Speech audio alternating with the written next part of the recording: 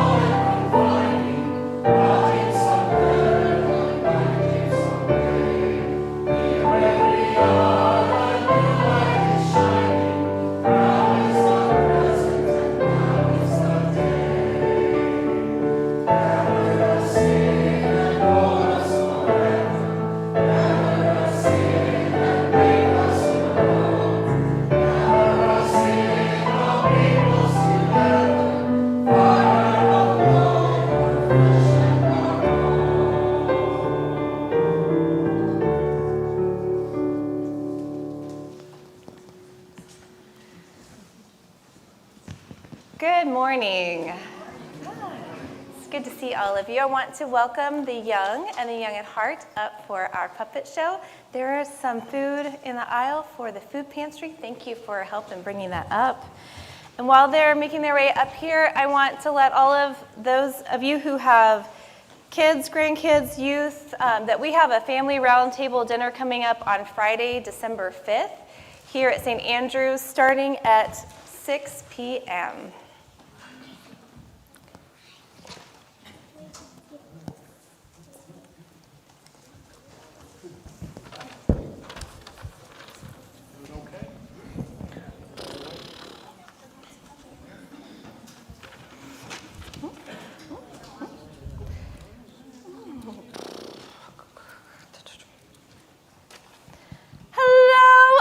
Everyone. Hello.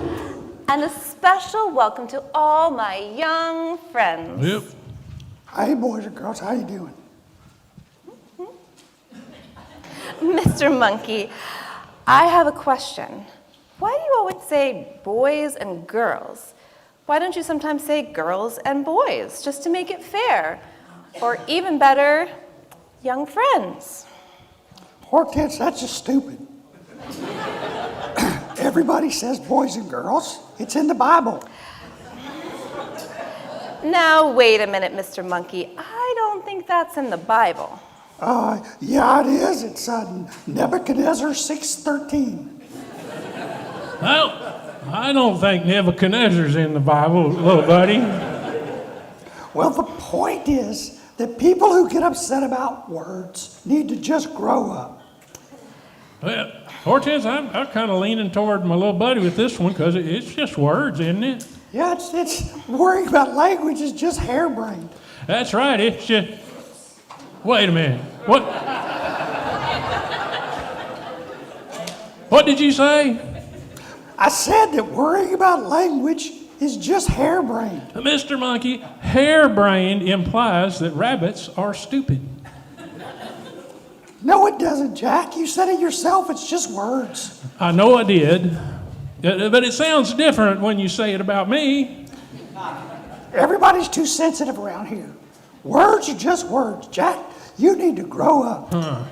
Yes, Jack, words are just words. It's not like he's making a monkey out of you.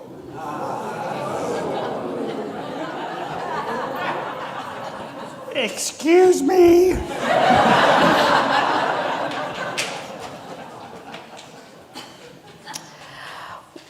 Yes, Jack, words are just words. So you agreed with me. I agreed with you and I said it's not like you're making a monkey out of him. But that makes it sound like monkeys are just silly. Nonsense. It's just words. You said so yourself. Hortense, that's monkeyism. But didn't you just say it's just words? And didn't you say people who worry about language need to grow up? But it's just words when it's other people. But it's deeply hurtful when it's about a sweet little monkey. Well, maybe we just all need to be more careful with the words we use. It's not much fun when people use words that hurt our feelings. Language is important. Language that includes everyone isn't just polite, it's good horse sense. What do you mean, horse sense? Yeah, you horses think you're smarter than everybody else. Let's not start up again. Why don't we all agree that we will try to use language that lets everyone know they are included? Okay. Let's all sing a song. Okay, will y'all help sing a song? Makes good rabbit sense. Well, it's good to see everybody. Thank y'all for being here. Okay, this is a song we haven't done in a long time, so see if you remember it or not. It's count to 10. So the words that lead up to it is count to 10 when you're angry. Count to 10 when you're mad. Count to 10 when you don't know what to do. That's how you turn from mad to glad. Count to 10. Count to 10, 1, 2. Then we count. 1.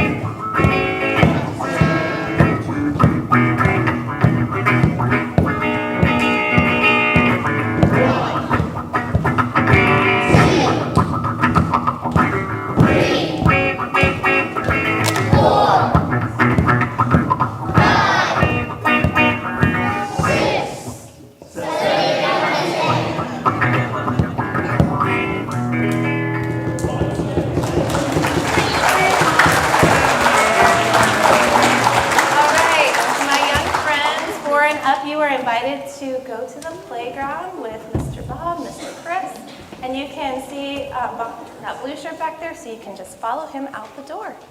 Have fun, y'all.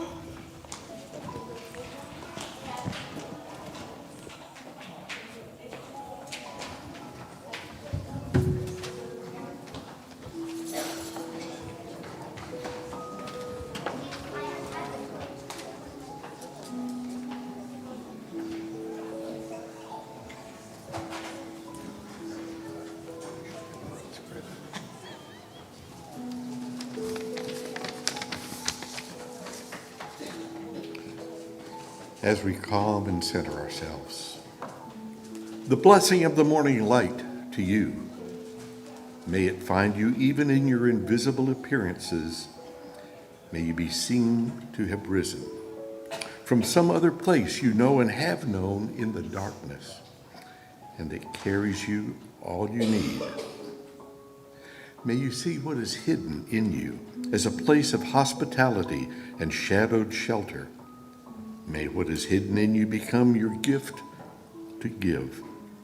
May you hold that shadow to the light and the silence of that shelter to the word of the light. May you join every previous disappearance with this new appearance, this new morning, this being seen again, new and newly alive.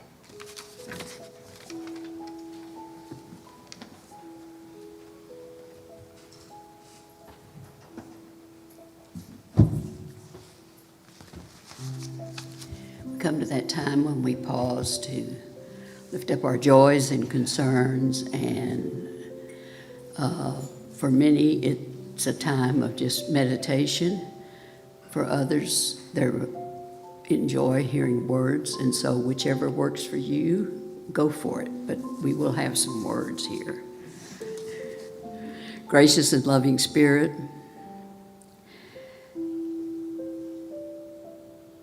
may we all rethink what it means to be a person of faith in a world of injustice and exclusion, and find ways in which we can stand tall, even if alone, remembering always that it is better to fail in something that is right than to win in something that is wrong. May we not ignore even the smallest opportunities to serve others. May we have as much concern for the well-being of all our neighbors as we have for ourselves and our families. Today we celebrate with Dylan and Calvin, who are going to get married tomorrow. We wish them much joy in that occasion. We also lift up those who are grieving the loss of loved ones. In particular, we lift up the Chapman family whose funeral was here yesterday. Leah Chapman died, leaving 3 kids, all adults, but barely adults for some of them, and her husband, and a huge family of cousins and aunts and uncles and everything. And we wish for all of them comfort in their grief, and in everyone that we encounter who is grieving, may we be willing to walk with them on their journey towards hope and better days. May their grief not totally consume them. We still lift up leaders of countries in hopes that they will come to the understanding that they need to be responding to the needs of their people and finding solutions that satisfy those needs. May they learn to not place power and greed over the needs of the people they serve.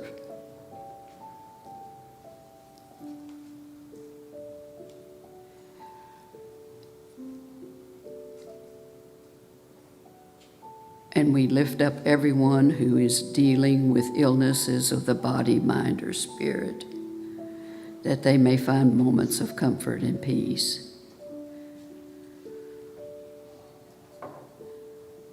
and may we continue to embrace this time with a hopeful heart and a joyous spirit. We lift up all these concerns and all the others that lie deep within our hearts. In all your many precious names, amen.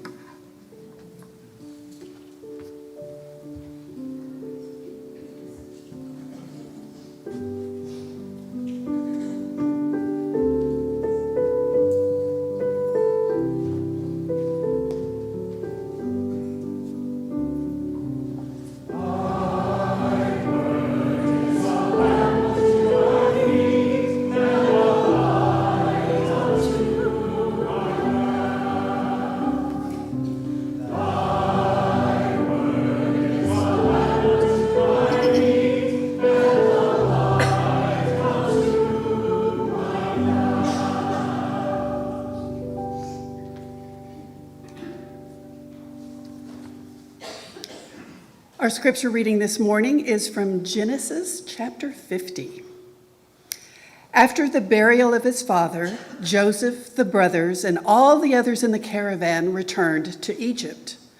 Pondering their father's death, Joseph's brothers said, "What if Joseph is angry with us and repays us for all the wrong we did him?"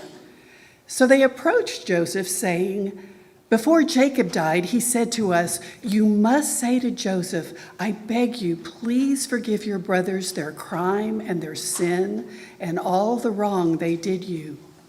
Now therefore we ask you, forgive the crime of us who are faithful to the God of your parents.'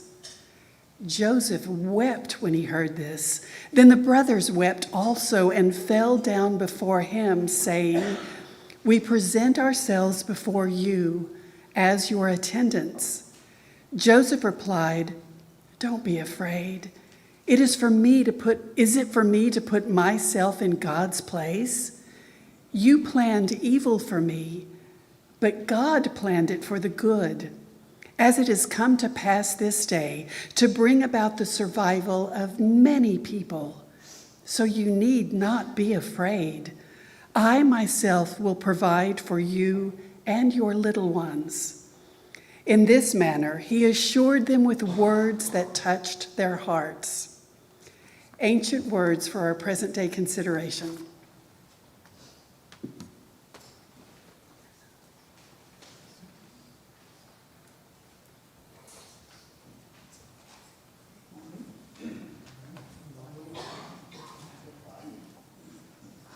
Should help. Welcome. Thank you for sharing the morning with us. We're on a series talking about mysticism. And my thought of mysticism is not that it's supernatural. It's looking at those core experiences of meaning that human beings have. The sense of the oneness of things, the sense of coming out of whatever the creative source of the universe is. And I feel religion built on those experiences is a foundation of stone. Whereas if you just take up what's been taught to you and it doesn't resonate with your experience, you may find a very insecure foothold on reality. So we're looking at mysticism, again, not as magical or whimsical, but as the most meaningful experiences you've ever had. Looking up at the stars and feeling a tie that binds, or being in a forest and feeling yourself a part of the web of life. These are the profound experiences, I think, that are missing in most modern religion in this nation. A long time ago, I was reading Joseph Campbell. I can't remember which book, but he was talking about Sanskrit. And he said that Sanskrit is the great language to describe human consciousness. He said that people live up in the Arctic, develop a vocabulary where they can talk about snow with multiple words that we never even would imagine. And he said that Sanskrit is like that with human consciousness. So obviously as a nerd, I wanted to start studying that. So I bought a bunch of books that were English and Sanskrit. And one night I was reading, I think one of the Upanishads, and the translator was talking about his process of translating. He was somebody who had translated a bunch of the books that I'd read. And he said that as he studied Hinduism, he found 4 great truths. 4 great truths of life. And I was wide awake. You're like, okay, I want to hear those. And they're sort of the basis of this series. One is all is one, he said. So that sense of the interwovenness of things is one, I think, mystical experience. The other is I am that, where you feel yourself almost sent into the world. That you realize you have a gift the world needs. And maybe the world hadn't given you permission to do that. Maybe the church hasn't recognized your gifts. But it's a truth within you. Next week, we'll look at the third truth, which is that all is intelligence. That the universe consists of patterns, and those patterns are not random. They're mathematical. So that life can be our teacher. But the truth that we're looking at today is probably the hardest lesson in life. And it's probably of the mystical states, it's the one that most people don't want to make time for. And I think if anybody learns it, it's usually late in life, if at all. But the phrase there is, this too is God. And it's addressed to the moments in life that are the most hurtful, the most painful, the most disappointing. If God isn't a metaphor you use, then translate it as, this too is sacred. This too has a lesson to teach me.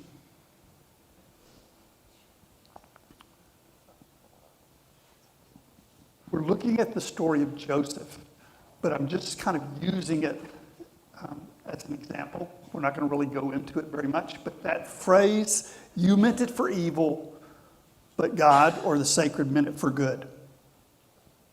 That's a theme that illustrates this too is sacred, this too is God.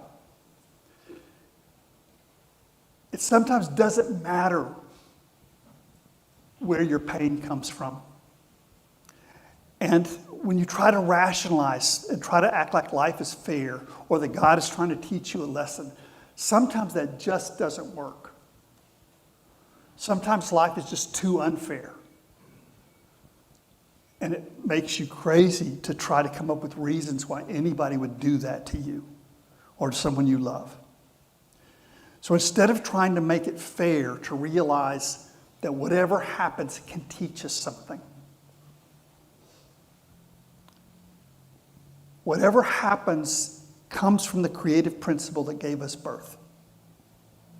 So things like death and disease, as much as we hate them, are the preconditions for our existence in the first place. In an evolving universe, some critters got to get out of the way, right? If there was no death, no disease, the dinosaurs would still be here. And that would be unpleasant.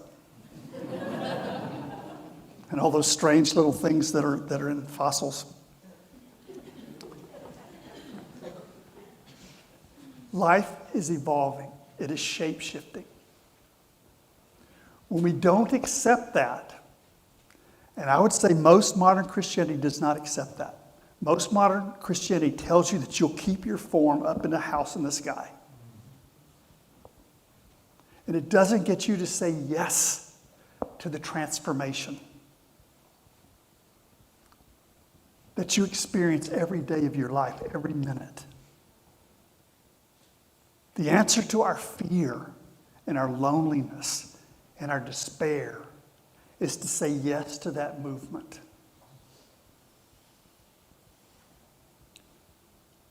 I don't believe that God is a great puppet maker in the sky.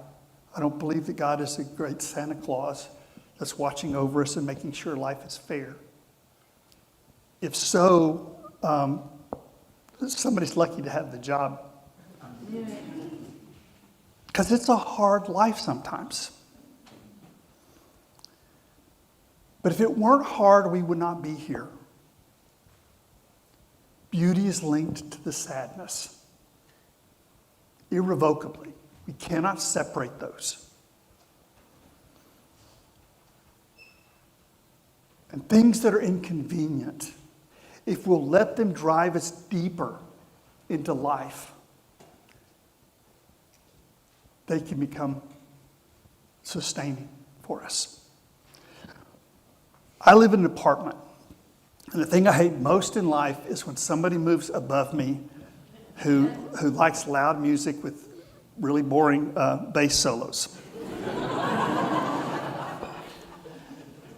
And we just had a couple move out that's been there for like 3 years, and I think they're on cocaine or something, because 24 hours a day they're making noise. So I hate to see them go. That'd be such a good illustration of the sermon, but I haven't evolved that much yet, so I'm glad they're gone. But sometime back, I had the second thing that I don't like, although if you spend time with me, you realize there's lots of things he doesn't like. And that's a cricket in the middle of the night. Making that noise, you try to find them, they get really quiet. And they know what they're doing. So sometime back, there's a cricket going. And I decided just to listen to it. And I remembered that thing from the Farmer's Almanac. I don't know if it's literally true or not, but it says that if you count crickets chirp for 14 seconds, add 40 to it, you'll have the temperature.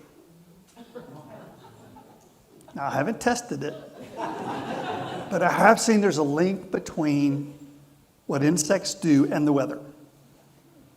So there's maybe more play in the steering wheel than that one formula. But I realized if a cricket is that interwoven, if a cricket is a thread on this cosmic garment, then I am too. I just don't always pay attention to my song. When I try to explain life as though I were at the center of it, it breaks my heart. When I try to make sense of life as though I were at the center of it, when I bring all the other animals and plants that I love into the story and realize I'm a bare thread in that story, it starts making a lot more sense. If the universe were designed for human beings, there are a lot of questions that we can ask whoever the maker is. It's not a fair world. And there are diseases, there's heartbreak that any compassionate architect would avoid. But the pain is a part of the beauty.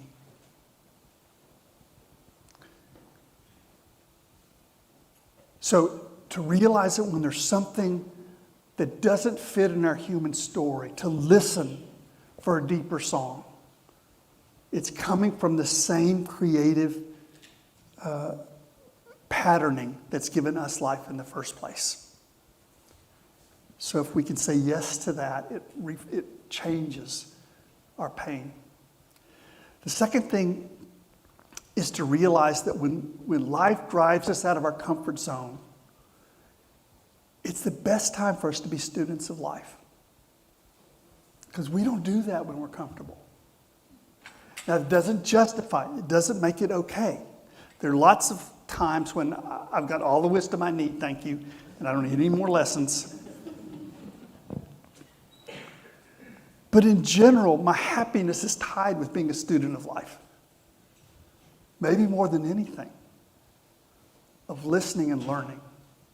I felt sorry this week for Marjorie Taylor Greene for the first time in my life.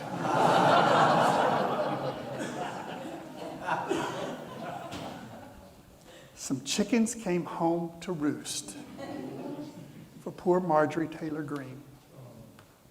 She loved it when Trump lied about her enemies. But you see, in truth, there is no honor between thieves. If someone is not committed to truth, they will betray you when you're no longer useful to them. And every person in the MAGA movement needs to go ahead and get ready for that now. You need to take a picture of the gallows that was meant for Mike Pence and realize that's your future if you don't get off that bus. It hurt her feelings. He called her a traitor. And she apologized for the poisonous nature of her own rhetoric. Now, I don't know how deep that is. I don't know how permanent that is. But it's a reminder that that's why we never give up on anyone. That's why the teachings of Christ make sense. Because people get lost, they get hurt, and do incredibly evil and stupid things. And there's a lot of that right now. And it can break your heart unless you go deeper. Not deeper into religion, but deeper into life. Because what you're looking for is not gods and angels and fairies and things. You want life. You need the real. You need to be in contact with what's real. And this teaching leads us there. I've always been moved by the story of Buddha's calling, where here is a person that's been shaped to be a world leader. When he was being born, some prophet said that he would either be a world leader or a world teacher. He would be rich and powerful, or he'll be a great teacher of humankind. And the father said, well, I don't want him to be a teacher. I don't want him wearing like robes and this kind of stuff. So he tries to protect Buddha from life. It keeps him from seeing the suffering of the world. Until one day when Buddha goes into town with his assistant and he sees somebody who's old. And he says, could that happen to me? And the attendant says, it will happen to you. And he sees somebody that's sick and he says, could that happen to me? And the attendant says, that will happen to you. He sees the funeral procession and sees a corpse and he says, could that happen to me? And the attendant said, that will happen to you. Well, you know the rest of the story. He renounces the power, the riches, and the wealth. What sense do those things make when we look at the human condition? You can pile up money as high as you want. And if you weren't going to die, that would make sense. But it's insane when you look at the human condition. The only thing you have is what you share. Your love and compassion for other living beings is your wealth. And the rest of it's made up stuff.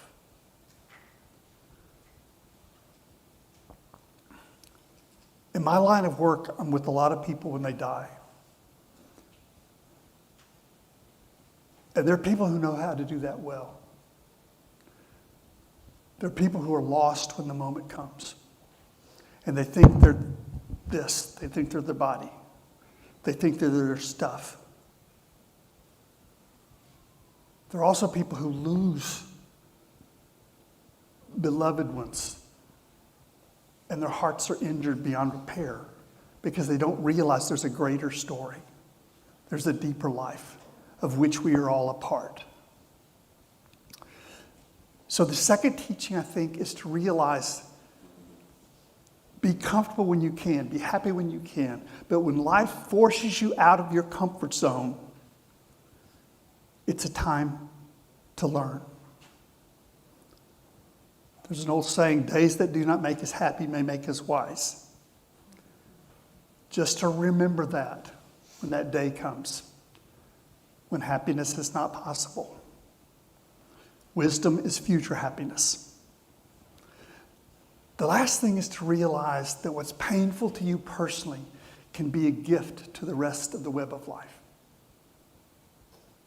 I've learned more from people who are dying than any book I've ever read. I've learned more from people who've been treated unfairly than any philosopher I've ever come across.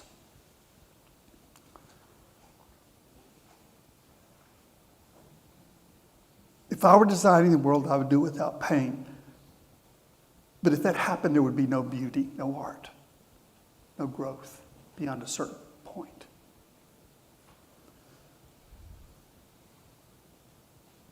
My line of work exposes me to the impermanence of human condition. But for many people, that's hard to take in and that's hard to grasp. And the fact that we don't live forever seems depressing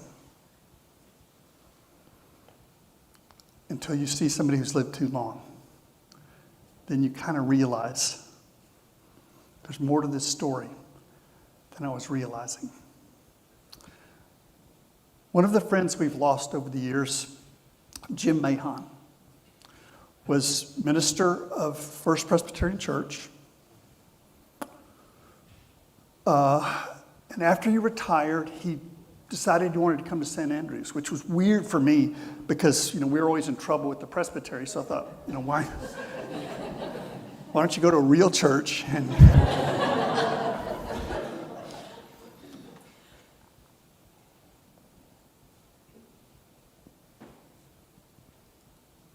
when he realized he was going to die, he began to work on his funeral.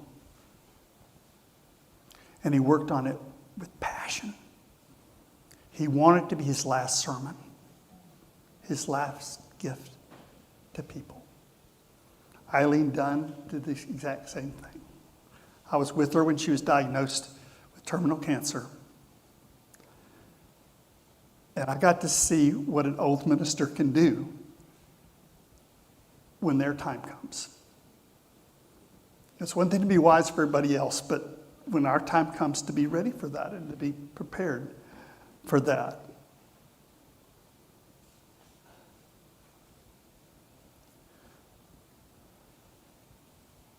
I really think from a mystical viewpoint, that's what the cross means. The cross is not forgetting that sometimes life is incredibly painful. Life can sometimes incredibly unfair. And you don't have to come up with fake reasons why it all makes sense. Instead, it's realizing that the pain and the beauty are not separate. You wouldn't be human if you didn't want to avoid life suffering. But if you can remember, there's a gift in that. It's not a God who shapes it so to teach you a lesson. That's insane. That's absurd. But there is a lesson in life. And sometimes the more painful a lesson is, the deeper it leads us into wisdom. These are painful times. I don't think popular Christianity cuts it for most people.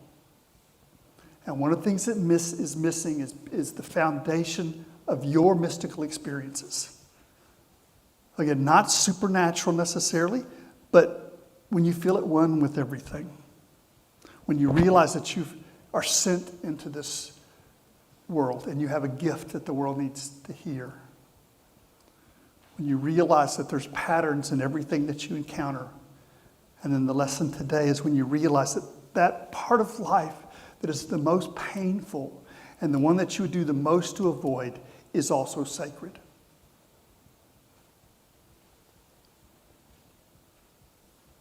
So remember that whatever happens to you comes from the same source that gave you being in the first place. Whether it's a being, whether it's a cosmic process, who knows? But whatever happens to you is coming from the same source that gives you life. And then second, to realize that when you're forced out of your comfort zone, that's the best time to learn wisdom. Not for yourself, but for everyone. That you were never meant just to get by. You've always been a teacher. To listen to that message, to listen to that pain, let it be transformed, and to realize that in that pain there is a gift that becomes beautiful. I think that's the meaning of the Joseph story. It's the meaning of the cross. It's the meaning of Beatitudes.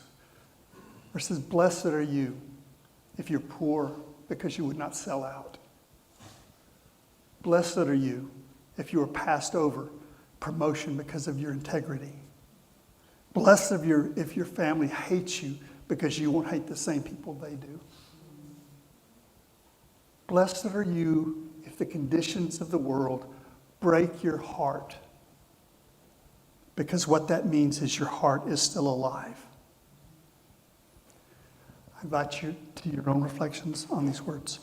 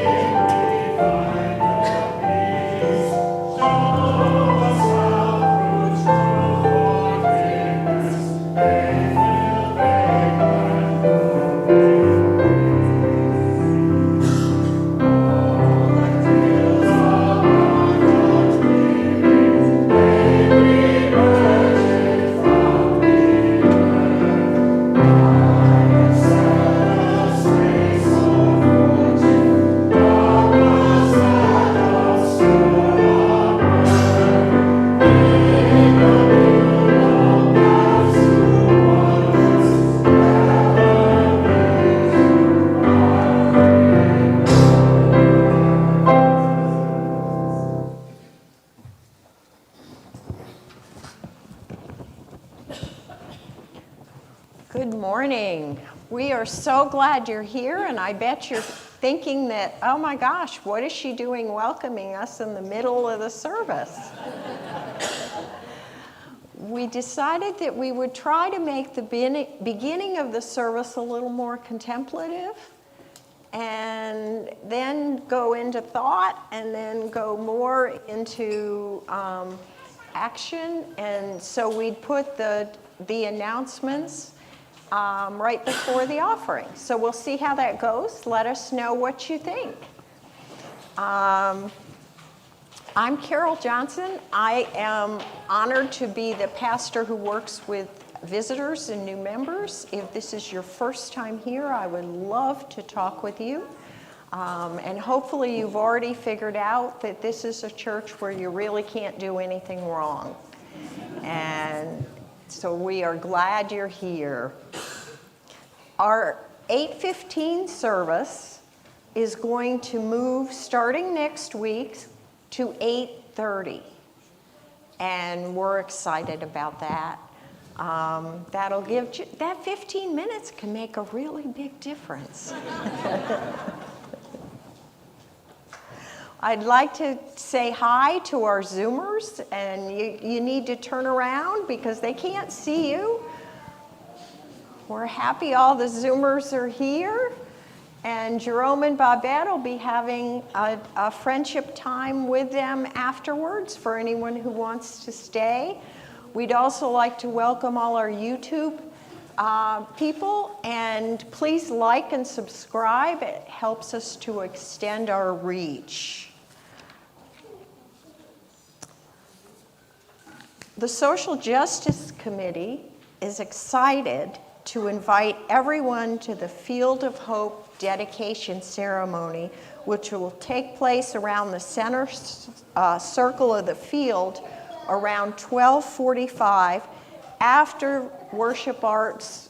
We're all going to help the worship committee decorate for Christmas, and then we're going to go outside. I don't think there's uncooperative weather, so we don't have to worry about that. This is going to be, there'll be food and fellowship time after the ceremony to connect and share inspiration and talk about all the wonderful ways this collaborative project will grow and make a meaningful impact on our community. And I'd like to invite Lauren Veras up to speak. You could go right there.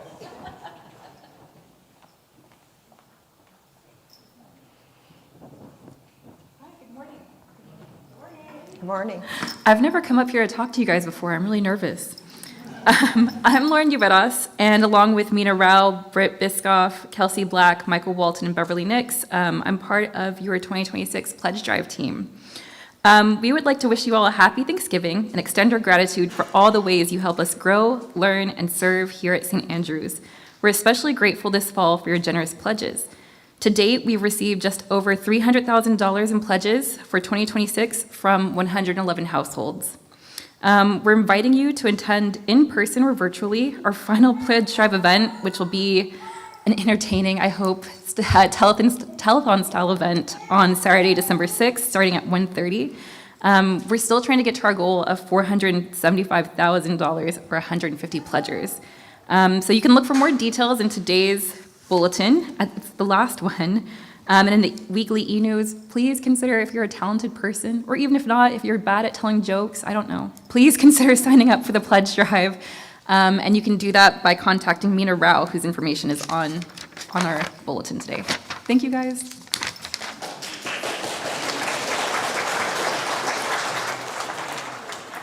The Worship Arts Committee needs your help decorating for Christmas, and it's going to be right after this service, and they're going to meet out in the mission lobby, and Kathy will have assignments for things that you can do to help, and the more hands we have, the quicker it'll go, and then we can go to our Field of Hope.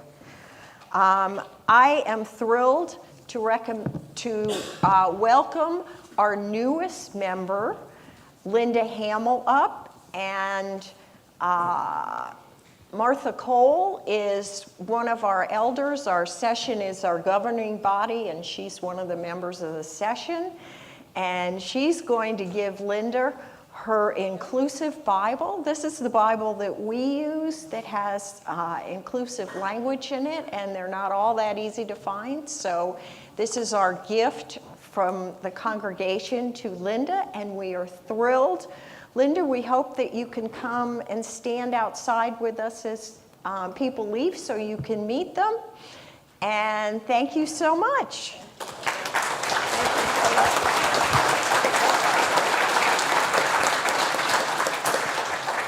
And finally, a little birdie told me there was a birthday today, and you're not 23 every year, so we're going to sing happy birthday to Reverend Babs. Happy birthday to you, happy birthday to you, happy birthday, dear Babs, happy birthday to you.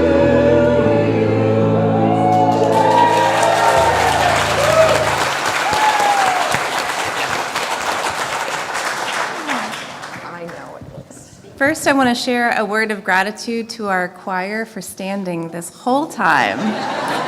Thank you so much as we figure out a different order of things. Yesterday in our food pantry, we served over 1,100 people. And I want to share gratitude also for all of the different ways that people are pouring into the future of this church, not just the present. Thank you to everyone who participated in a listening circle, giving your time and your energy to share what needs care and attention. That is going to be shared with our new session. That'll be one of their first jobs in the new year, to hear all of that, interpret that, and then do something about it. And we will share all of that back with you. We also have a wonderful event today in the Field of Hope, and I want to give thanks for all of the people who have helped to shape that vision and whose hands and sweat have gone into making the Field of Hope and will continue to guide that vision. It's a beautiful way that we're all coming together to make a beautiful future. So thank you. Will the ushers please come forward?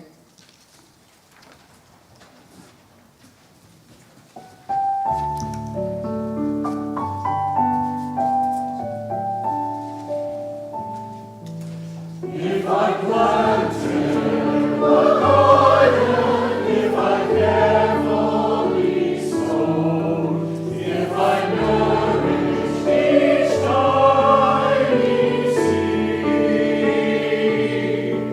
if I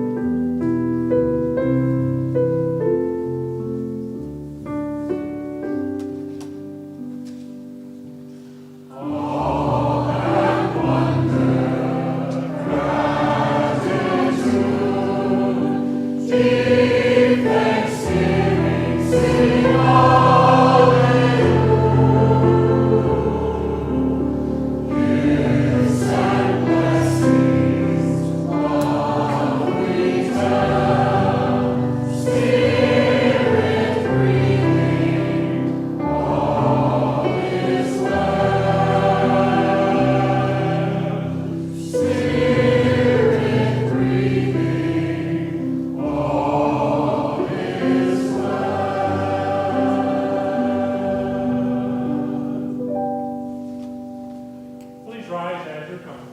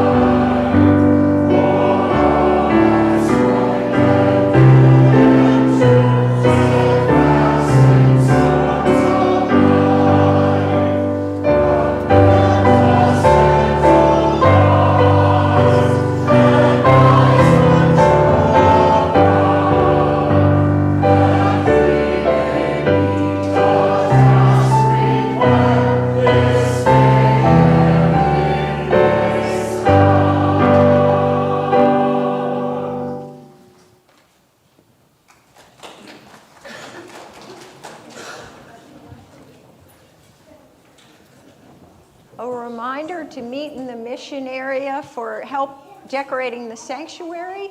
There is also lunch after the Field of Hope ceremony in the sunrise room, so all who stay will please stay for lunch.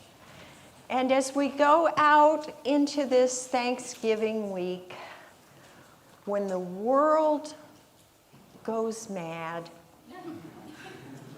let kindness be your friend. Be wildly kind to everyone. Everyone? Everyone.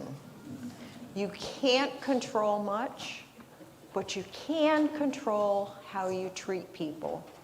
In this heartbreaking, news-breaking world where nothing seems certain, let raw kindness be your certainty.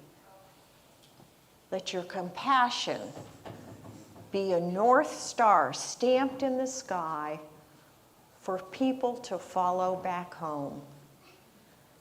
And know that the Spirit of love is with you every second, even when kindness feels impossible. Amen.